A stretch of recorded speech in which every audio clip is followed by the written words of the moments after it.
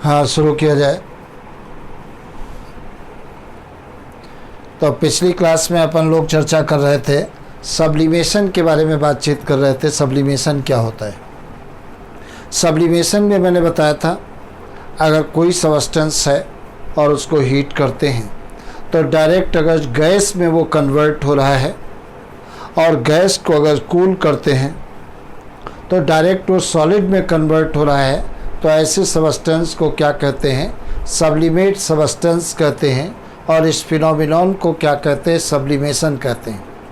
इसके एग्जाम्पल भी मैंने बताया था, जैसे कैम्फर है, अमोनियम क्लोराइड है, नेप्थलीन है, आयोडीन है और सॉलिड CO2। सॉलिड CO2 को ही क्या कहते हैं? ड्राई आइस भी कहते हैं। क्या कहते हैं? ड्राई आइस भी कहते हैं।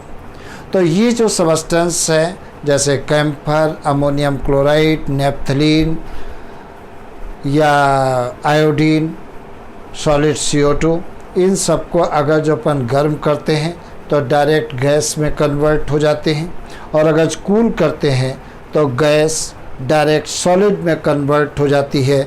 मतलब इसमें लिक्विड स्टेज एब्सेंट होती है। ऐसे सब्सटेंस को क्या कहते हैं? सब्लिमेट सब्सटेंस कहते हैं। और इस फिनोमिनॉन को क्या कहते हैं? सब्लिमेशन कहते हैं।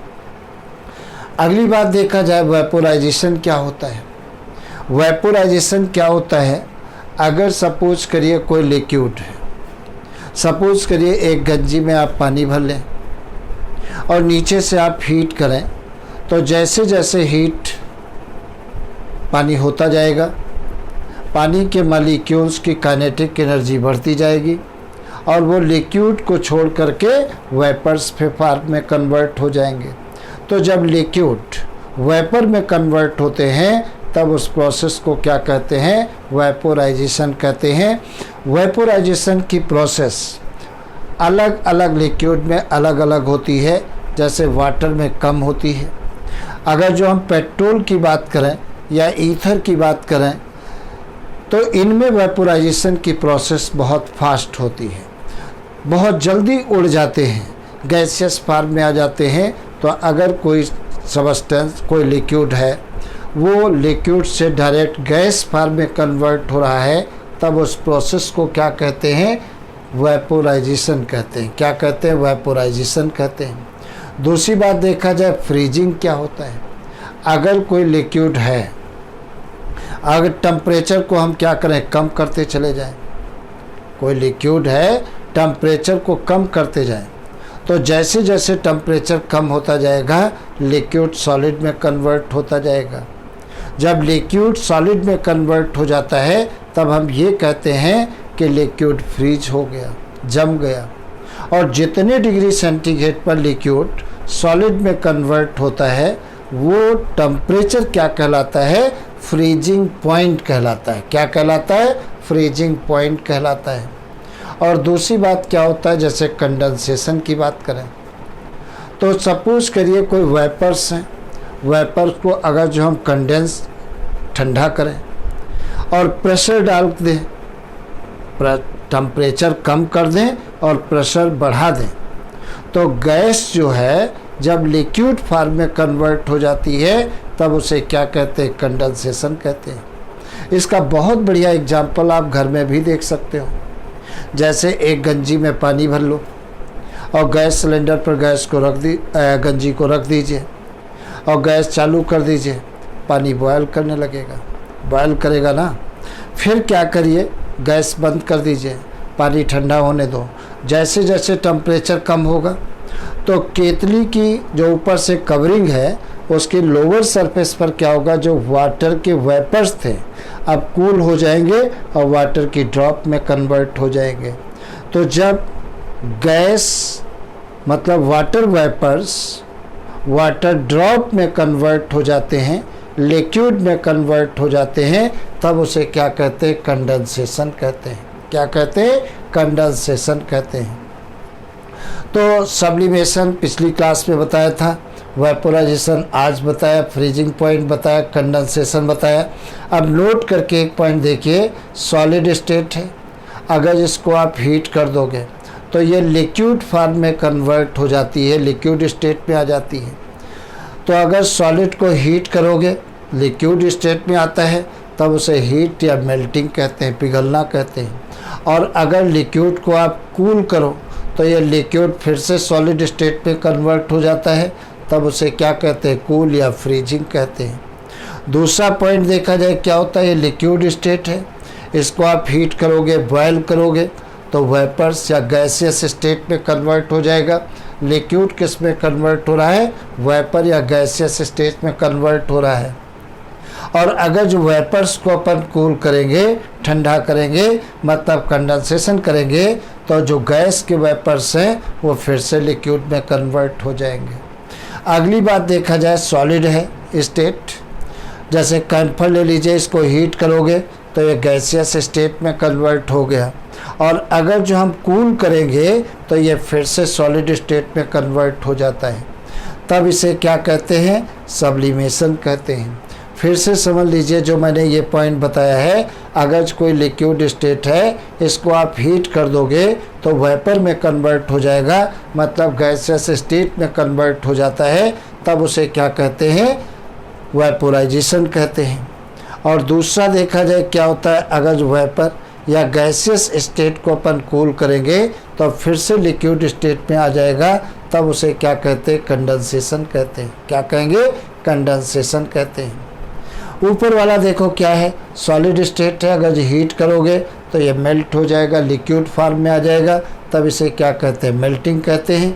और अगर टेम्परेचर कम कर दोगे तो लिक्विड स्टेट सॉलिड में कन्वर्ट हो जाएगा, तब उसे क्या कहते हैं, फ्रीजिंग कहते हैं। और सॉलिड को अगर हीट करते हो डायरेक्ट गैस स्टेट में आता है, और गैस को अगर कूल करोगे तो डायरेक्ट अगर सॉलिड स्टेट में आता है, तब उसे क्या कहते हैं, सब्लिमेट सब्सटेंस कहते हैं। और इस फिनोमिनन को क्या कहते हैं, सब्लिमेशन कहते हैं। तो ये बातें तुम्हें ज़रूर याद रखना चाहिए। सब्लिमेशन पर क्वेश्चन आता ही आता है, जो तुमको हर हालत में याद रखना चाहिए। अब देखा जाए क्या होता है, सुनो। तो ये सारी बातें तुम्हें याद आ गई, याद करवा दिया मैंने। अब अगली बात देखिए क्या होता है। तो इसमें कोई डाउट हो तो बताइए, मिटा रहे हैं।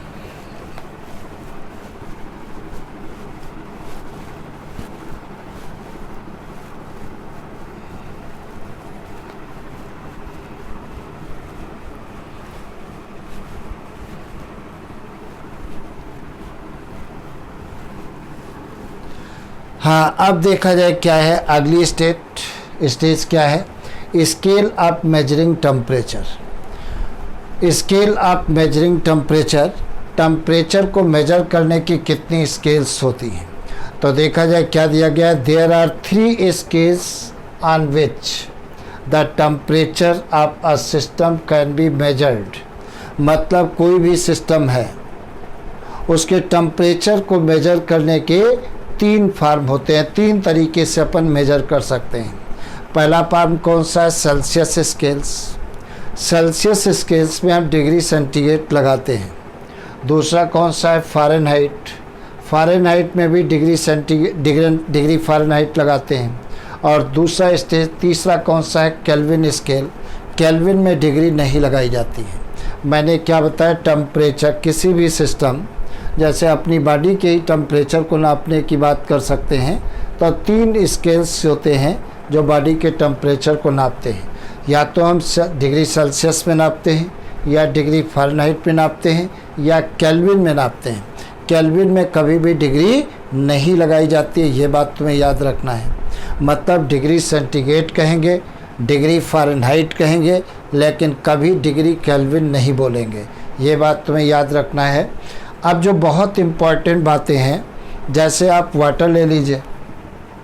सपोज करिए एक बर्तन हमने ले लिया, इस प्रकार से एक बर्तन ले लिया, और इस बर्तन में हमने क्या भर लिया, पानी भर लिया। इस प्रकार से पानी भर लिया, और हमने क्या किया, एक बर्नर के द्वारा हम इसे हीट कर रहे हैं। तो हीट करेंगे तो इसमें क्या भरा है, पानी भरा है। क्या भरा है, वाटर भरा हुआ है। बात समझे। तो वाटर जब 100 डिग्री सेंटीग्रेड पर पहुंच जाता है टेम्परेचर, तब पानी क्या होगा, बॉयल होगा। तो 100 डिग्री सेंटीग्रेड पर पानी क्या होगा, बॉयल होगा। तो चाहे हम 100 डिग्री सेंटीग्रेड कहें, चाहे हम कहें या इसी बात को क्या कह सकते हैं 212 डिग्री फ़ारेनहाइट कह सकते हैं, या इसी को हम क्या कह सकते हैं, क्या कह सकते हैं 373 केल्विन। ये क्या होगा, बॉइलिंग पॉइंट ऑफ वाटर कहलाता है। ये क्या कहलाता है, बॉइलिंग पॉइंट। ये बॉइलिंग पॉइंट ऑफ वाटर कहलाता है। ये वाटर का बॉइलिंग पॉइंट कहलाता है। तो तुम्हें याद रखना है, चाहे हम 100 डिग्री सेंटीग्रेड कहें, चाहे 212 डिग्री फ़ारेनहाइट कहें, चाहे 373 केल्विन कहें, तीनों बातें एक होती हैं। तो इसी को हम अपन ऐसे कह सकते हैं 100 डिग्री सेंटीग्रेड बराबर किसके होता है 212 डिग्री फ़ारेनहाइट, ये बराबर किसके होता है 373 केल्विन। मतलब ये तीनों बातें एक होती हैं। और तुमको मैंने बताया है डिग्री सेंटीग्रेड में डिग्री लगाते हैं, फ़ारेनहाइट में डिग्री लगाते हैं, केल्विन में डिग्री नहीं लगाते हैं। ये तीनों बातें एक होती हैं, जो तुम्हें याद रखना है। अगर जो वाटर की फ्रीजिंग पॉइंट देखा जाए, अगर टेम्परेचर कम करें, हम यहाँ से हम बर्न न करें, तो फ्रीजिंग पॉइंट अगर देखते हैं तो फ्रीजिंग ये फ्रीजिंग पॉइंट ऑफ वाटर। अब फ्रीजिंग पॉइंट ऑफ वाटर का मतलब क्या होता है, वाटर जितने डिग्री सेंटीग्रेड में आइस में कन्वर्ट हो जाता है, सॉलिड में कन्वर्ट हो जाता है, वो उसका क्या कहलाता है, फ्रीजिंग पॉइंट कहलाता है। तो फ्रीजिंग पॉइंट क्या होता है 0 डिग्री सेंटीग्रेड, या क्या 0 डिग्री सेंटीग्रेड कह लो, या क्या कह लो, सारी बातें एक हैं 32 डिग्री फ़ारेनहाइट कह लो, या क्या कह लो 273 केल्विन कह लो। ये तीनों बातें एक होती हैं, ये तीनों बातें एक होती हैं। या इसी बात को अपन ऐसे लिख सकते हैं 0 डिग्री सेंटीग्रेड बराबर किसका होता है 32 डिग्री फ़ारेनहाइट बराबर किसके होता है 273 केल्विन के बराबर होता है। तो ये जो स्केल हैं वो फ्रीजिंग पॉइंट होती है। तो वाटर को हम अगर 273 केल्विन पर रख दें तो पानी जो है वो बर्फ़ में कन्वर्ट हो जाता है, या 32 डिग्री फ़ारेनहाइट पर रख दें तो पानी किस में कन्वर्ट हो जाएगा, बर्फ़ में कन्वर्ट हो जाएगा। या वाटर को 0 डिग्री सेंटीग्रेड पर ठंडा कर दें तो पानी किस में कन्वर्ट हो जाएगा, बर्फ़ में कन्वर्ट हो जाएगा। तो ये सारी बातें क्या हैं, फ्रीजिंग पॉइंट। वही यहाँ पर लिखा है 100 डिग्री सेंटीग्रेड बराबर 212 डिग्री फ़ारेनहाइट बराबर 373 केल्विन। ये क्या होते हैं, बॉइलिंग पॉइंट ऑफ वाटर। और नेक्स्ट क्या है 0 डिग्री सेंटीग्रेड बराबर किसके होता है 32 डिग्री फ़ारेनहाइट बराबर किसके होता है 373 केल्विन। ये केल्विन है 373 केल्विन। ये क्या होता है फ्रीजिंग पॉइंट ऑफ वाटर। तो ये क्या दिखाए गए हैं, फ्रीजिंग पॉइंट ऑफ वाटर की मैंने बात की है, और ये किसकी बात की है, बॉइलिंग पॉइंट ऑफ वाटर की बात की है। तो किसी भी सिस्टम के टेम्परेचर को हम 3 प्रकार से मेजर कर सकते हैं। सेल्सियस में मेजर कर सकते हैं, फ़ारेनहाइट में मेजर कर सकते हैं, केल्विन में मेजर कर सकते हैं। अगर जो अपनी बॉडी के टेम्परेचर की बात की जाए, मतलब ह्यूमन की बॉडी के टेम्परेचर की बात की जाए, तो अपनी बॉडी का टेम्परेचर चाहे हम कहें 37 डिग्री सेंटीग्रेड होता है, और चाहे कहें 98.6 डिग्री फ़ारेनहाइट होता है, 98.6 डिग्री फ़ारेनहाइट होता है। मतलब human body temperature 37 degree centigrade कहो, चाहे 98.6 डिग्री फ़ारेनहाइट कहो, दोनों बातें एक होती हैं। अगली बात देखा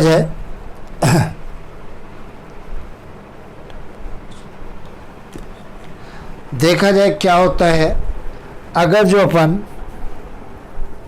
एक दूसरे में चेंज करना है तो कैसे चेंज करते हैं। तो ये फार्मूला भी तुम्हें याद रखना है। कौन सा फार्मूला, ये फार्मूले पर क्वेश्चन तुमसे पूछे जा सकते हैं। कहीं पर डिग्री सेंटीग्रेड दिया है तो उसको फ़ारेनहाइट में कैसे चेंज करेंगे, और अगर फ़ारेनहाइट में दिया है तो डिग्री सेंटीग्रेड में कैसे चेंज करेंगे। तो यहाँ पर क्या है, डिग्री फ़ारेनहाइट, ये डिग्री फ़ारेनहाइट बराबर कितना होता है 9/5, 9/5, और ब्रैकेट में नोट कर लेना डिग्री सेंटीग्रेड, डिग्री सेंटीग्रेड, और प्लस क्या है 32। तो ये एक फार्मूला है, इस फार्मूले की हेल्प से हम फ़ारेनहाइट को डिग्री सेंटीग्रेड में चेंज कर सकते हैं और डिग्री सेंटीग्रेड को फ़ारेनहाइट में चेंज कर सकते हैं। तो ये फार्मूला याद रखना है अपने को। डिग्री फ़ारेनहाइट बराबर क्या होता है 9/5, 9/5 डिग्री सेंटीग्रेड, और प्लस क्या होता है 32। तो इस फार्मूले से हम दोनों को एक दूसरे में इंटर कन्वर्ट कर सकते हैं। अगली बात देखा जाए क्या होता है, अगर देखा जाए कोई टेम्परेचर डिग्री सेंटीग्रेड में दिया है और हमें उसे केल्विन में चेंज करना है, तो केल्विन में चेंज करने के लिए हमें क्या करना पड़ेगा। जैसे मान लेते हैं केल्विन में कोई चीज़, वैसे टेम्परेचर मान लेते हैं 10 डिग्री सेंटीग्रेड दिया है और इसको हमें केल्विन में चेंज करना है, तो केल्विन बराबर क्या होगा, ये 10 डिग्री सेंटीग्रेड और प्लस क्या होगा 273.16, इतना इसमें जोड़ना पड़ेगा, तब क्या आ जाएगा केल्विन में आ जाएगा। अब देखिए नॉर्मल कैलकुलेशन के लिए 0.16 हम नहीं लिखते हैं, सही लिखने के लिए क्या होगा डिग्री सेंटीग्रेड में 273.16 आपको ऐड करना पड़ेगा, तब सेल्सियस केल्विन में चेंज हो जाएगा, समझे, तब सेल्सियस केल्विन में चेंज हो जाएगा। तो अपन ये कह सकते हैं केल्विन, डिग्री में केल्विन तो लगाते नहीं हैं, तो केल्विन बराबर क्या होगा, ये डिग्री सेल्सियस और प्लस 273.16 केल्विन, इतना अगर जो अपन जोड़ देंगे तब केल्विन में वो बात आ जाएगी।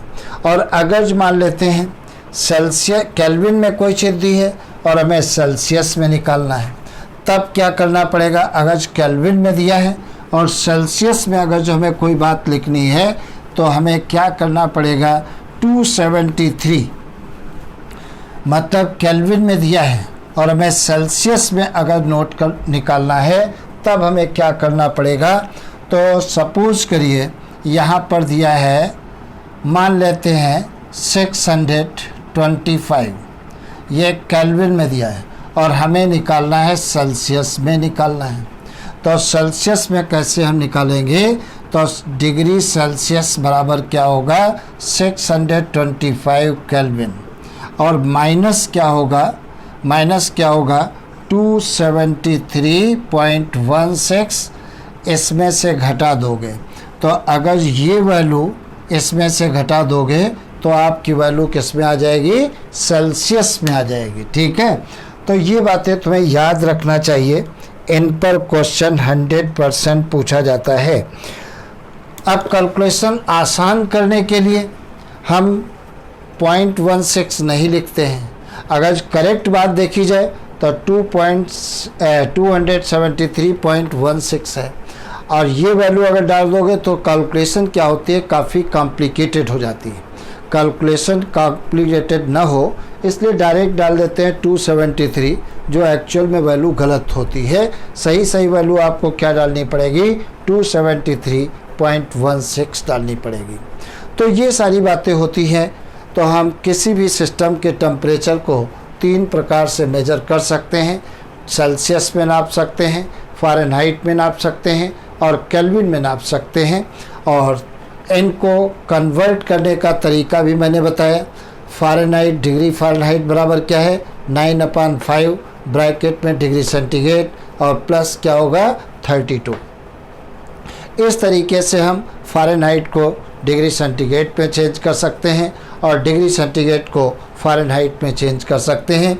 और अगर सेल्सियस में कोई वैल्यू सेल्सियस में है उसको केल्विन में चेंज करना है तो 273.16 आपको जोड़ना पड़ेगा, तब डिग्री सेंटीग्रेड केल्विन में चेंज हो जाता है। उसके बाद में देखा जाए तो ये चीज़ें मैंने बताया। तो ये चीज़ें तुम्हें याद रखना है कि सिस्टम के टेम्परेचर को कैसे नापते हैं और कौन किसके बराबर होता है। तो आज जो इन्हें इतना बताया, इतनी बातें तुम्हें बहुत अच्छे से तैयार करना है। नेक्स्ट क्लास में हम और नई नई चीज़ें तुम्हें सिखाएंगे। तो आज इतना, कल फिर से नई बात बताएंगे। और चैनल को सब्सक्राइब कर दीजिए और अपने दोस्तों को भी बताइए कि सारे सब्जेक्ट शुरू हो चुके हैं। इसके बाद मैथ वाले सर फिज़िक्स पढ़ाएंगे हर संडे को। इस संडे को नहीं फिज़िक्स हो पाई है, हर संडे को फिज़िक्स तुम्हारी क्लास लगा करेगी, ठीक है। तो जूलॉजी भी शुरू, केमिस्ट्री भी शुरू, मैथ भी हो चुकी और फिज़िक्स भी स्टार्ट हो जाएगी। मतलब ऑल सब्जेक्ट तुम्हारे साइंस और मैथ में कंप्लीट कोर्स हम तुम्हें कराएंगे। और खूब कस के मेहनत करो। जो चीज़ तुम्हारी समझ में ना आया करे कमेंट बॉक्स में ज़रूर डाल दिया करो, संकोच मत करो। देखो, संकोच करोगे तो वो कमी, आज तो थोड़ी सी कमी है, कल वही बड़ा रूप लेकर के तुम्हारे सामने आएगी। तो कभी भी कोई भी चीज़ समझ में नहीं आती है, ज़रूर कमेंट बॉक्स में लिखिए। और हम तुमसे वादा करते हैं, जो बात कमेंट बॉक्स में लिखोगे हम क्लास लेने के पहले उस चीज़ का पहले डिस्कस करेंगे, बाद में पढ़ाएंगे, ठीक है। क्योंकि हर चीज़ क्लियर होती जानी चाहिए। जितना बढ़िया क्लियर हो जाएगा, आगे की मंजिल उतनी आसान होती चली जाएगी, समझे। क्योंकि ये तो बेसिक सीढ़ी है और बेसिक सीढ़ी अगर कमज़ोर हो जाएगी तो आगे की मंजिल मुश्किल हो जाती है। तो हम नहीं चाहते हैं कि आगे तो मुश्किल में फंसो। तो अगर कोई भी चीज़, देखिए हम कोई भगवान तो है नहीं, हो सकता है हमने पढ़ाया और तुम्हारी बात समझ में नहीं आ रही है, तो तुम हमसे ये भी कह सकते हो सर ये लेक्चर दोबारा पढ़ा दीजिए, हम दोबारा वो लेक्चर पढ़ाएंगे, लेकिन तुम्हारी समझ में आना चाहिए, ठीक है। बेस्ट ऑफ लक और खूब मस्त पढ़िए और घर के अंदर ही रहें, ठीक है। पढ़ाई भी करिए, शैतानी भी करिए, लेकिन ऐसी शैतानी मत करना कि मम्मी पापा परेशान हो, ठीक है। क्योंकि छोटे हो, शैतानी भी एक लिमिट पे करना, और शैतानी भी ज़रूरी है, पढ़ाई भी ज़रूरी है। बैलेंस बनाना, शैतानी ऐसी करना जैसे मम्मी पापा परेशान न हो तुम्हारे कारण। और खूब पढ़ाई करिए और कोरोना से जरा बच के रहना। Okay, best of luck.